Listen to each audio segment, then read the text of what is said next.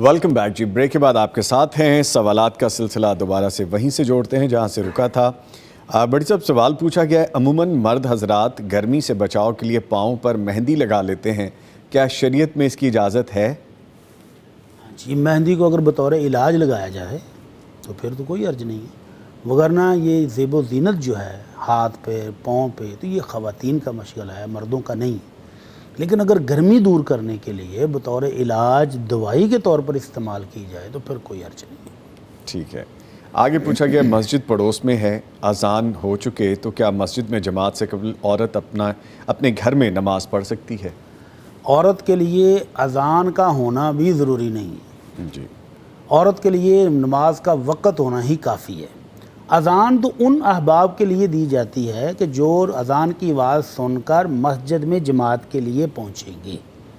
تو اگر انہوں نے گھر میں ہی نماز پڑھنی ہے اور ظاہر ہے ان کی نماز گھر میں ہی افضل ہے, مسجد میں نہیں جانا چاہتی, تو پھر ان کے لیے اذان کا انتظار کرنا بھی ضروری نہیں ہے. نماز کا وقت ہو جائے تو یہ نماز گھر میں پڑھ سکتی ہے. ٹھیک ہے. آگے پوچھا گیا, میرے شوہر شارٹ استعمال کرتے ہیں یعنی نکر استعمال کرتے ہیں جس سے ران تو ڈھکی ہوئی ہوتی ہے لیکن گھٹنوں سے اوپر تک ہوتی ہے. کچھ لوگ اسے معیوب سمجھتے ہیں اور کہتے ہیں کہ یہ پہننا گناہ ہے. کیا اس شارٹ میں نماز پڑھی جا سکتی ہے؟ اکثر اوقات جس ملک میں وہ ہوتے ہیں کاروبار کے سلسلے میں شارٹ میں دور گئے ہوتے ہیں اور نماز کا وقت ہو جاتا ہے, فوری طور پر یہ لباس تبدیل نہیں کر پاتے اور نماز قضا ہو جاتی ہے. تو کیا کبھی ایسا مسئلہ درپیش ہو جائے تو وہ نکر میں نماز ادا کر سکتے ہیں یا نہیں؟ پہلے تو مجھے آپ یہ سمجھائیں نا کہ وہ نکر جو گھٹنوں سے اوپر تک ہوگی تو اس میں ران ننگی کیوں نہیں ہوگی؟ جی. ران آخر کس کو کہتے ہیں؟ ران اسی حصے کو تو کہتے ہیں جو آپ کے جسم سے شروع ہوتی ہے اور گھٹنوں تک جاتی ہے, اسی کو ران کہتے ہیں. جی. تو جب وہ شارٹس گھٹنوں کے اوپر تک ہے تو اس کا مطلب ران کا کچھ حصہ تو ننگا ہے نا. تو یہ ہمارے ملک میں تو ہمارے معاشرے میں تو یہ بےہودگی سمجھی جاتی ہے, یہ کوئی لباس نہیں ہے. کیا آپ اپنی فیملی کے ساتھ, مہمانوں کے ساتھ, عزیز و اقارب کے درمیان اس طرح بیٹھنا پسند کرتے ہیں؟ قطعاً نہیں پسند کرتے. تو اللہ رب العزت نے حکم دیا ہے کہ خذوا زینتکم عند کل مسجد. جی. یا بنی آدم نماز کے لیے اچھا لباس پہنو. تو اچھا لباس جس میں ران ننگی وہ تو ویسے ہی لباس ہی نہیں, تو اس میں نماز نہیں ہوگی. تو اگر ان کو نماز کا اتنا فکر ہے تو وہ اپنے ساتھ لباس رکھیں, لیکن نماز کے لیے ایسا لباس نہیں پہننا چاہیے, نہیں نماز ہوگی. جس میں ران ننگی ہو اس میں نماز نہیں ہوگی. ایک کالر ہیں جو ان کو شامل کرتے ہیں. السلام علیکم. ہاں جی. جی خالد صاحب فیصل آباد سے کال کی, اور اگر ٹی وی کا والیوم بند ہے تو بہت اچھی بات ہے, اگر نہیں تو بری بات ہے, اس کو بند کر لیں. اب سوال کریں. والیوم میرا بند ہے. مفتی صاحب سے میری سلام ہے, بھائی سے بھی میری سلام ہے. جی وعلیکم السلام. فرمائیں. خوشی ہوتی ہے یہ آپ کا پروگرام دیکھ کر, بہت خوشی ہوتی ہے. رمضان شریف میں بھی میں نے کال کی تھی آپ کو. جی. تو میرا سوال یہ ہے بھائی جان کہ باپ لوہار ہے, ماں سید ہے, یہ نسل جڑی ہے وہ کہاں سے شروع نسل چلے گی؟ وہ بیٹا سید کہلاتا ہے.